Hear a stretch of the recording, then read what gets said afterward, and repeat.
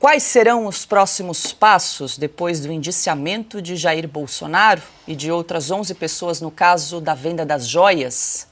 O relatório final da Polícia Federal será enviado ao ministro Alexandre de Moraes, do STF, relator do caso.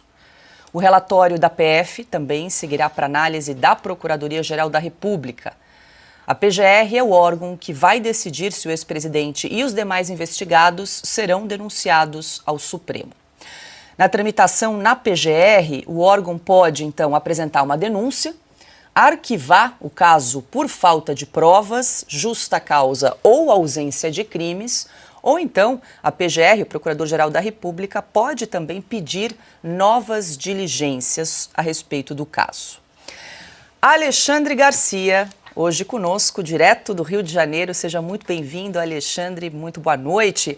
Vamos lembrar aqui que caso a Procuradoria-Geral da República, então, resolva apresentar essa denúncia contra Jair Bolsonaro e mais as 11 pessoas envolvidas, essa denúncia vai ser analisada pelo STF, que pode decidir aí se aceita ou também se arquiva o caso. E o Supremo também pode, Alexandre, mandar o caso para a primeira instância, porque tem aí uma discussão sobre o foro dessas pessoas que estão sendo investigadas pela Polícia Federal. Muito boa noite. Boa noite, Paula. Boa noite, Piotr, Augusto, Ana Paula. Olha, é um prazer muito grande estar com vocês nesta sexta-feira, como sempre, e para tratar de assuntos que, meu Deus do céu, né? É nesse novo Brasil que estão acontecendo essas coisas. Novo, velho Brasil. Brasil do jeitinho. O Brasil do uso da lei por caminhos que não tem nada a ver com a lei, com a ética, com aquilo que os estudantes de direito aprendem, né? Por exemplo, se falou logo ali atrás, eu lembro, que saíram containers e containers de presentes do Palácio Alvorada quando o Lula saiu do Palácio Alvorada. E, como se sabe, saiu, foi condenado, foi para a prisão e voltou a estar no Palácio Alvorada, né? Está morando lá. Até sumiram móveis e os móveis não haviam sumido. E agora são presentes, supondo que o Estado brasileiro tenha pulso para usar relógio, tenha dedo para usar anel, tenha pescoço para usar colar, tenha orelhas femininas para usar brinco, ou masculinas. Mas, enfim, interessante que parece muito claro que são presentes pessoais, né, para o presidente da República, para a primeira-dama. No entanto, virou caso de polícia, porque é uma revelação clara, Dr. Freud explica, de medo de Bolsonaro. Porque finalmente surgiu, né? Depois de muito tempo, talvez depois de Jânio Quadros, talvez, primeira vez que surge um líder, não, Collor foi um pouco, mas também não durou, um líder em que o Brasil deixou de ficar discutindo entre dois iguais, né? A gente discutia entre Coca-Cola e Pepsi-Cola, e era a mesma coisa. Aí surgiu um líder que levantou o Brasil dormido, que soprou essa brasa que virou chama. Mas essa chama tem que ser apagada porque é perigosa, porque acaba com as oligarquias, com o poder que é mantido durante todos esses anos da história brasileira, né, das pessoas que têm medo das coisas certas, as coisas legais, as coisas dentro da lei e dentro da Constituição. Parece que é isso. Parece que são esses reacionários contra uma nova liderança que levantou o povo e é preciso ser apagada essa liderança. Aí entra nesse vale tudo. Adalberto Piotr, muito boa noite. Antes de te ouvir, nós resgatamos esse vídeo aí que o Alexandre mencionou, quando o Lula admitiu que levou para casa aí 11 containers com presentes. Vamos acompanhar. Sabe o que é alguém sair da presidência com 11 containers de acervo sem ter onde pôr? Você sabe o que é sair com cadeira, com trono, com papel, com tudo que vocês possam imaginar? Porque se somar todos os presidentes da história desse país, desde Floriano Peixoto, eu fui o que mais ganhei presente. Porque viajei mais, porque trabalhei mais, porque viajei o mundo, até trono da África. O que eu faço com isso? Bom, só para esclarecer, Piotr, esse vídeo, essa declaração é de março de 2016, mas começou a circular novamente aí nas redes sociais em razão agora do indiciamento do ex-presidente Jair Bolsonaro e das 11 pessoas no caso das joias. Paula, março de 2016 era quando o Brasil ainda vivia sobre o entendimento que tinha dado o então presidente Fernando Collor, lá atrás, ainda na década de 90 do século passado, a essa questão dos presentes e todos os outros entendimentos, dizendo que se o presente é pessoal, é pessoal. Não é uma obra de arte, enfim, é uma coisa pessoal. E o Lula dizia isso com regozijo, assim, eu recebi mais porque eu fui melhor do que os outros. Boa noite, Paula. Boa noite, Augusto. Alexandre Garcia, seja bem-vindo, um prazer tê-lo por aqui. Ana Paula, querida, todos vocês que nos acompanham. Esse caso chama a atenção porque você não sabe, e eu acho que o Alexandre Garcia já fez menção, se vale o Brasil da lei ou se vale o Brasil da reinterpretação da lei de acordo com não só a capa do processo, é quem está sendo tratado em cada um daqueles processos. Porque a capa do processo pode sugerir que, vou tomar conta. Não, depende do momento. E quando você depende do momento para poder aplicar a lei, se a lei vale ou não vale naquele momento, você perde a previsibilidade jurídica. E aí a gente fica ao Deus dará. Mas não é um Deus dará. É o Alexandre entendendo, o Supremo entendendo, o Gilmar Mendes entendendo do jeito que... Não pode ser desta maneira.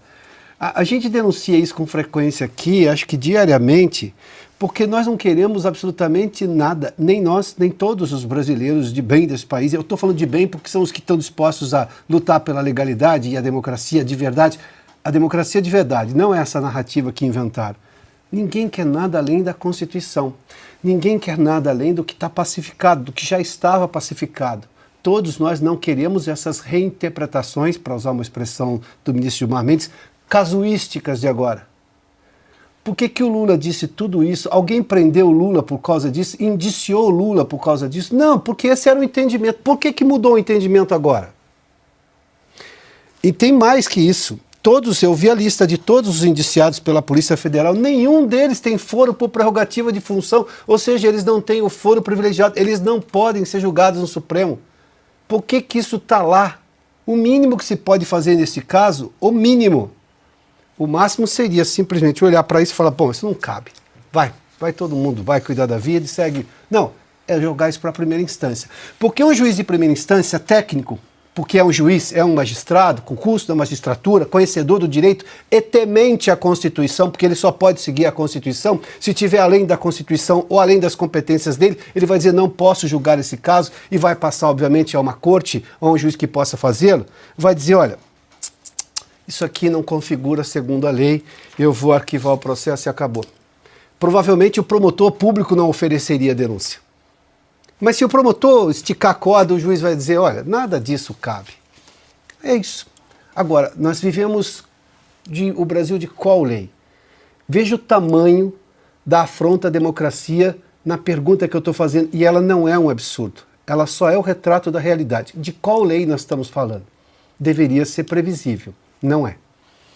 Pois é, Ana, só para a gente esclarecer aqui, a gente já mostrou o passo a passo, né, do que pode acontecer, só para esclarecer que o indiciamento não torna Jair Bolsonaro nem réu, nem culpado no caso das joias, na verdade é o Ministério Público, é a Procuradoria-Geral da República que vai definir aí se aceita, se vai oferecer a denúncia ou não ao STF, e aí sim, eventualmente, se a Procuradoria então oferecer a denúncia, o Jair Bolsonaro e os 11 envolvidos, então aí se tornam réus e aí passa todo o processo pelo STF, que poderia também mandar o caso para a primeira instância, né?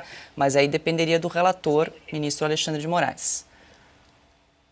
Tudo centralizado, e parece que é tudo centralizado de propósito, porque é uma perseguição em curso. E é o que o Piotr disse, né? O que está na lei?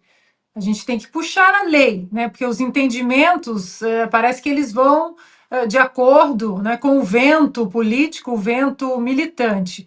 Mas se você pega a lei é muito clara, não tem, olha, temos que interpretar porque essa lei não está muito clara.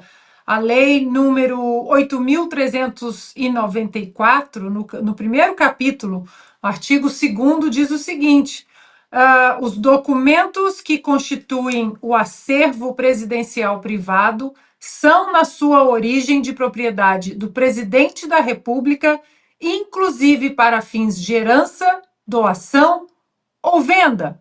Então, está muito claro, não tem como ficar mais claro que isso. Ontem, aqui à noite, exatamente essa lei que a gente colocou na tela agora, 8.394, e ali o artigo 2º. Ontem, aqui nos Estados Unidos, a Fox News noticiou esse indiciamento do presidente Bolsonaro, e a tarja, né, da Fox News era money laundering, ou seja, lavagem de dinheiro, o indiciamento da Polícia Federal, e os apresentadores e comentaristas, Paula, dando a notícia, eles estavam assim, falando, bom, parece que o Brasil anda copiando o que nós temos visto aqui nos Estados Unidos, com essas perseguições, com essa politização do judiciário, e mais, eles usaram um verbo que é difícil de traduzir para o português, que é weaponization, ou seja, usar o judiciário como uma arma contra os seus oponentes políticos. Então, a notícia já chegou aqui fora, mas o ceticismo em relação se isso é sério ou se é mais uma perseguição política, exatamente pelo mesmo motivo que Donald Trump saiu da presidência, saiu da Casa Branca, assim como o presidente Bolsonaro saiu do cargo de presidente, mas continua arrastando multidões por onde eles passam. Então, o questionamento ontem dos comentaristas era se isso seguiria tão óbvio, né, como uma perseguição política quanto está aqui nos Estados Unidos. A grande diferença é que aqui existe uma Suprema Corte de verdade, que olha a Constituição, fecha a Constituição, aplica as leis e sai de cena. Não gosta de holofotes, de microfones, de aparecer, de estar sempre presente na frente do público, como se eles tivessem sido eleitos. No Brasil, a gente sabe como é. E hoje repercutiu, o senador Sérgio Moro publicou na rede social X, ele acabou comparando aí o indiciamento do ex-presidente Jair Bolsonaro às investigações de Lula na Operação Lava Jato. Vou trazer aqui a declaração na íntegra do senador Sérgio Moro, aspas. Lula não foi indiciado por peculato por se apropriar de presentes que recebeu na presidência. Mesmo durante a Lava Jato, tudo foi tratado como uma infração administrativa, dada a ambiguidade da lei. Os crimes foram outros. Há uma notável diferença de tratamento entre situações similares. Fecho aspas aqui para a declaração do Moro. Mas o Bolsonaro foi acusado de assediar uma baleia. Imagina, tudo que o Bolsonaro faz é criminoso. É criminoso, vamos lá. A Ana estava lembrando o negócio dos containers, né? Sim. Imagina o que não tem lá. Agora o Lula recebia a cozinha do apartamento ali no Guarujá, né, do triplex do Guarujá. A Marisa Letícia pediu um tipo de cozinha, ele ganhava muito mais que qualquer joia, além de joias, que não se discutia isso aí. Agora, o Lula, ele já começa... A única coisa aproveitável do que o Lula fala é que ele mostra a imensa ignorância e a leniência da imprensa no trato com o presidente. Você vê de novo aqui, ele falou outro dia que a República foi proclamada, errou o ano, tá, pelo Floriano Peixoto. Agora ele falou, ninguém foi tão... Desde Floriano Peixoto, ele realmente suprimiu a figura do Deodoro da Fonseca. Você, para ocupar qualquer cargo público, isso aí parece uma coisa pequena e não é. Qualquer cargo público você faz um exame. O Lula não passaria num exame, mas nem de exame de sangue, urina, esses aí mais simples, mais singelos, que ele não passaria. Imagina ele escrevendo. Daí escreva 2 linhas sobre qualquer coisa, o que você quiser. O Lula não consegue. O Lula não consegue. Ele foi retirado da cadeia, onde ficou pouco tempo, 500 e tantos dias, para ele é pouco, porque roubou compulsivamente e acusam agora o Bolsonaro. Não esquecem o Bolsonaro. E aí tem que seguir direitinho o sistema acusatório brasileiro. É o procurador que apresenta. Então, enquanto isso, o Alexandre de Moraes fica fazendo as suas prisões aí que liquidam qualquer sistema acusatório. Eu estou misturando essas coisas para chegar ao ponto que me interessa. Quando é que eles vão parar de se preocupar com bobagem, com coisas pequenas e tratar dos problemas do Brasil? Quando é que eles vão botar na cabeça que o povo não pode ser tratado como idiota e, portanto, não acredita? O povo que o ladrão é o Bolsonaro, não é, é o Lula. É o chefe da quadrilha, eles estão voltando, rondando de novo a Petrobras, a Petrobras, né? Petrobras, de novo, eles estão roubando na mesma instituição. Estão cercando, estão aparelhando, estão fazendo o que fizeram. De novo, e ficam falando em joias do Bolsonaro. Eu não sei que fim levaram aqueles containers. Eu não sei. Agora, o Lula, ele nunca pagou por um apartamento. Ele já começou morando num apartamento do Roberto Teixeira, sogro do Zanin, o advogado do Lula, com quem ele está brigado hoje. Mas esse Roberto Teixeira, alguém vai dar um apartamento por amizade a um presidente da República. Ele começou a fazer negócio, ele virou advogado ele estava em todas as fusões de empresas aéreas, vendas de empresas aéreas, falências, e com isso ganhou uma fortuna incalculável. Roberto Teixeira está solto. Depois deu apartamento, cedeu ao filho do Lula outro apartamento. Quer dizer, a roubalheira passa aqui ao teu redor e você fica procurando chifre em cabeça de cavalo, né? Pelo em ovo. E querem provar que o grande problema da República, que põe em risco o arcabouço fiscal, são as joias do Bolsonaro.